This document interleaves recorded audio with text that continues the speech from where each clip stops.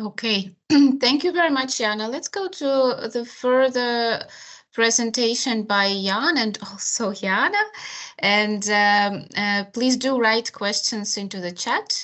We can have a Q&A session at the very end and fruitful discussion, I hope.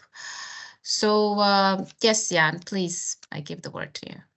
Thank you. My name is Jan Bakke. I'm project manager for Treasures in the county of Østfold in southeastern Norway. And now we're going to talk about promoting the use of bio-based side streams and how we're engaging stakeholders in activities to promote the use of these side streams. Next, please. In our stakeholder engagement work in Treasures, we are engaging stakeholders with aim to facilitate like circular economy collaboration, innovation and solutions. And we are targeting many different kind of groups, both businesses, decision makers, consumers and citizens, local communities, procurers, and event funders and organizers. We do this through 5 parallel stakeholder engagement demonstrations, like workshops, digital CE solutions on recycling, hackathons, fixing workshops, seminars, developing procurement recipes, and also guidelines for cultural and sports events. Next, please. And the objectives of this work is both to learn from the different stakeholders and understand their perspectives and their positions in the transition to the circular economy, to strengthen the decision makers' capability of enabling circular economy practices, but also to build knowledge and stakeholder capacity for the stakeholders, to ensure they understand the benefits of circular economy and can participate in implementing it on different levels. Next. So in Treasures, we are engaging stakeholders on zero waste practices and climate-friendly concepts for sports and cultural events. CE practices and concepts and certifications are mapped and tested and demonstrated in 4 cultural and sports events. It's Save Pond Hockey, which is an ice hockey event in 6 cities in Finland. The District Days of Tallinn, which is a community festival in Tallinn, Estonia. Tour of Scandinavia, a women's cycling stage race taking place annually in Norway, Sweden, and Denmark. And in Markenskøde, which is a biannual large agricultural fair in the county of Østfold, southeastern Norway. To the left in your picture, you see an image from the biannual agricultural fair. And to the top right, there's an image of decoration and information from the Tallinn District Festival and from the ice hockey tournament in event Save Pond Hockey to the bottom right. In this particular part of the presentation, we want to highlight collaboration on new recycling practices for the Tour of Scandinavia event. In 2022, the Tour of Scandinavia was certified with the Eco Lighthouse certification scheme, which comprises more than 70 different criteria related to different industries. And this provided a systematic framework to guide actions for more circular and sustainable practices at the event. And handling of waste and both organic and plastic waste was identified as an area of particular concern in the mapping done with the certifier. And since this is a cycling race and it's a mobile event, ordinary stationary solutions will not be helpful. And for the 2023, an innovative solution was developed and designed to enable sorting of all the major waste fractions generated at the event. And this was a recycling trailer that could be transported to different locations and also later rented to other events. And you can see the design of the trailer in the image displayed to your right. And the development of the trailer was a collaboration of many different parties. The former county of Viken, now followed by county of Østfold, had a role as a supporter and funder of cultural and sports events, also collaborating with event organizers. And the event organizer participated with both management and organizers of volunteers to give insights on the practicalities and design and all the functions of the trailer. And then you have also a local business, BK Trailer, who produced and developed the trailer itself. Next, the recycling trailer was demonstrated at several events during the cycling race, and later it has been rented to at least 8 other events, and several other orders are coming. A recycling fun, a show on recycling directed towards children and the general audience, was demonstrated in connection with 3 events for the race. To the right, you see an image from the recycling show from an event at the Maritime Ships Race, Tall Ships Races in Fredrikstad. And this recycling show both marketed the trailer and increased the awareness on good recycling practices at events. Next, please. Some of the main effects of the recycling trailer is that it creates new expectations and standards among the audience and also the organizers about how recycling practices should be done at events. It also increases significantly the amount of different and sorting of different kinds of waste and recycling of waste, also food waste, which can be a substrate for biogas production. And also the production and the renting of the trailer, as well as a recycling show, has the potential for local job creation and new business models. And in process now, there's also the development of an educational program on the trailer and on circular economy for schools developed between the County of Vestfold and with a local science or regional science center in Spiria. Thank you. So if you, for the next part, we will talk about stakeholder engagement in Pirkanmaa region, and I'll give the word to Jana. Thank you, Jan. So our objective in Pirkanmaa region is to promote the local circular bioeconomy, in particular the production of biogas and recycled fertilizers. And we started the work by mapping of the stakeholders. And here we have a photo of the biobased site and waste stream ecosystem. And here are some organizations or some I don't know what would it be, not organizations, but some stakeholders. And we found out that the municipalities are very important stakeholders here. And the role of municipalities is important because when it comes to developing local bioeconomy models, they have a key role. There are public utilities with an interest in developing local vitality. It is said in an action plan of the Association of Finnish Municipalities that municipalities and cities recognize their own strengths and work successfully together with their citizens and partners in a changing environment. The municipalities of the future will be vibrant, carbon neutral, crisis resilient, international and linguistically sustainable. And in Finland also the municipalities are responsible for land use and planning, which is very important when trying to invest to biogas plants. And when we have mapped the relevant stakeholders, we started a tour of municipalities in the Pirkanmaa region. And from that tour, we had a deeper cooperation with 4 municipalities. These municipalities were Mänttä-Vilppula, Orivesi, Hämeenkyrö, and Urjala. And as I already said, these are a little bit smaller municipalities from 4,000 to 10,000 inhabitants. And they are located more than half an hour from the city of Tampere.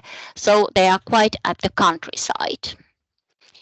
And main steps of the process with these stakeholders that we did was contacting the farms and other biomass producers in the municipalities, planning the logistics, investment and profitability calculations, market research and sales channels, and also funding planning.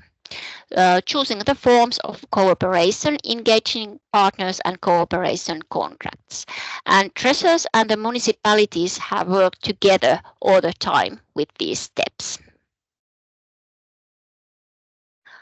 Here are some points for the successful cooperations. The municipality must be committed to contributing to the achievement of the target. And the municipalities must have the resources to participate in the studies as they are the best experts in their area. We can't do it alone. We need them. We need the ongoing communication between Treasure's project and the municipality with regular reports from the projects to them.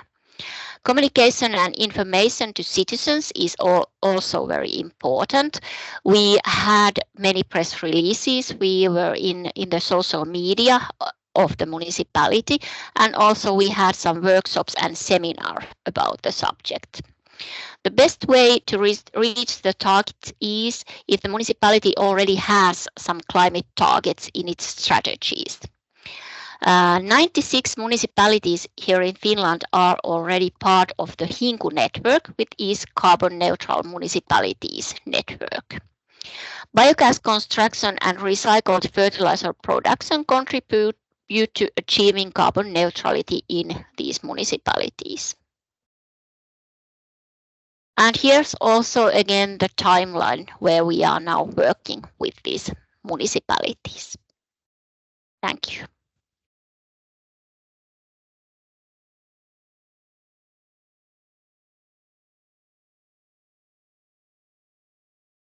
Hi again.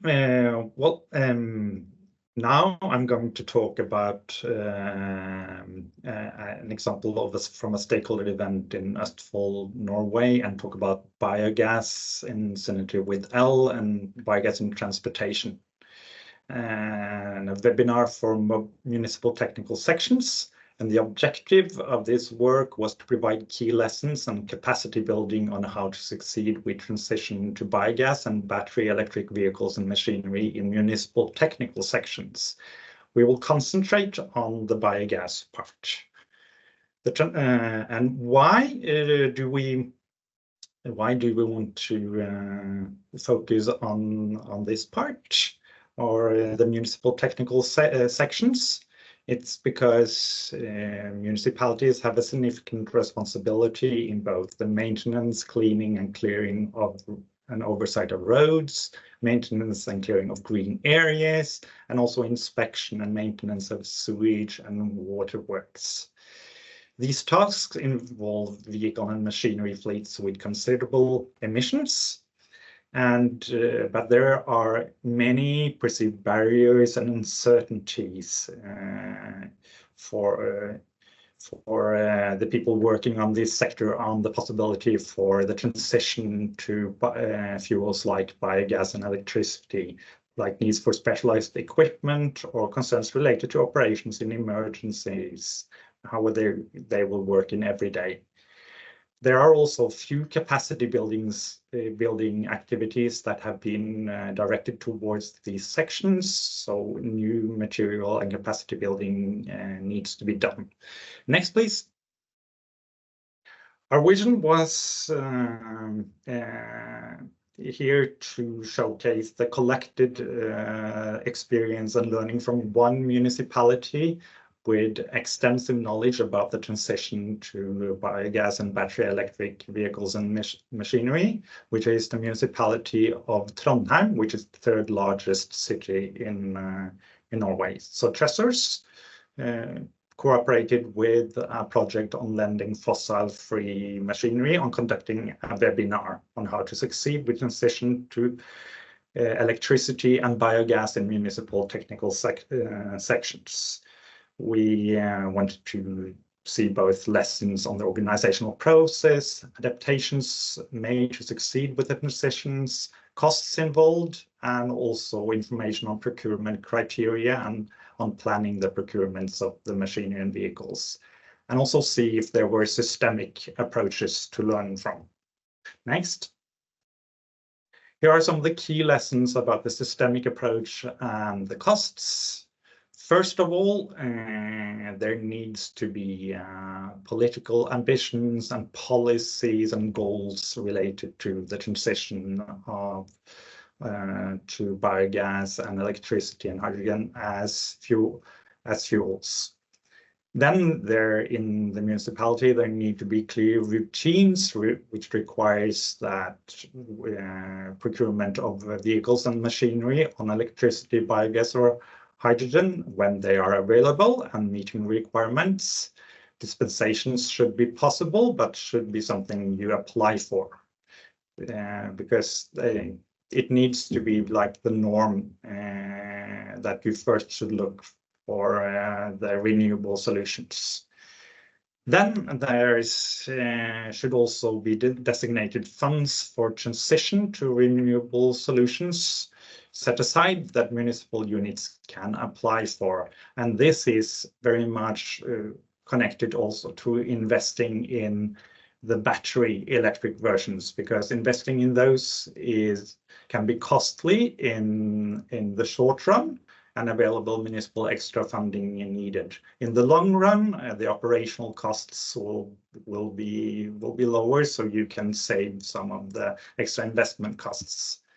While the biogas models are on average 50% extra investment costs in Norway compared to models on diesel, so the extra cost is not that big, but you need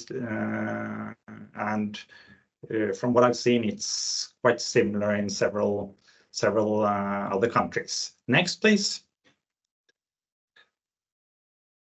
Some of the key lessons on the process relating to introducing battery electric and biogas heavy vehicles and machinery. How can we reconcile introducing these vehicles and machinery as soon as they're available with carrying out the services which the municipality is responsible for, and also securing operational needs? And some of the success criteria that was found was being able to creating a culture with a willingness to pilot and try out new solutions to see how they would work in practice and adapt along the way.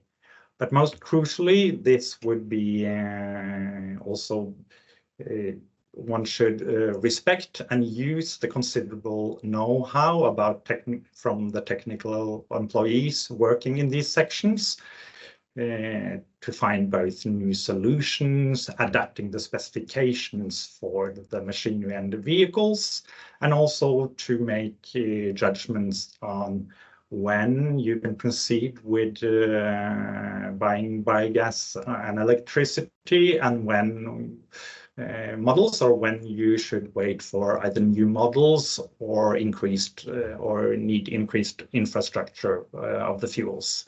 Next. Here are some of the key lessons about market availability and operational needs. Biogas trucks are mostly available as standard in same models and types as diesel. And here to your right, you can see a number of different kinds of biogas trucks, both for plowing, crane trucks, tow trucks, and also a sweeper for cleaning the streets. So biogas is standard in many segments, and the user feedback has mostly been positive. Biogas vehicles are easy to use and adapt to operational needs and function well in everyday practice. Biogas machinery is somewhat less common, but exists for some purposes. And using market dialogue and also doing investigations can be helpful to find suppliers of machinery in areas where biogas is not considered a likely option, like the sweeper or biogas, for instance, for sludge suction in municipalities. Well, one of the other lessons is also that for more intensive operational needs like winter road maintenance and with long distance driving, one should procure biogas vehicles on liquid biogas, which have longer ranges. Next. These are some of the key lessons on the adaptations that have been done to succeed with the transition. Liquid biogas can leak when the machinery or the vehicles stand still for some time. So when you put them into use, it will be important to do some professional safety assessment on measures you can do to ensure safe operations. One is to use them for functions with continuous operations, for instance, or installing gas meters. And so far, the experience has been very good. Also, in early phases of introducing biogas and electric vehicles, you should keep backup solutions on diesel or make backup agreements with subcontractors. This creates trust with and safety with the employees on the transition, and also make sure that you can, if something happens, you can still carry out your services. And rethinking solution, yes. So like other results and next steps for the process. Here we will transmit results and routines and environmental criteria to the guidance material we are developing to provide recipes for the municipalities. We are going to work on collaboration and validation of the recipe material with national procurement guidance bodies, and to promote biogas locally with private transportation companies. We're also in some areas setting up local meetings between municipal politicians, municipal administration, and private transportation companies on the best ways of facilitating the use of biogas vehicles locally. Thank you. And if you have any questions, you can put them in the chat.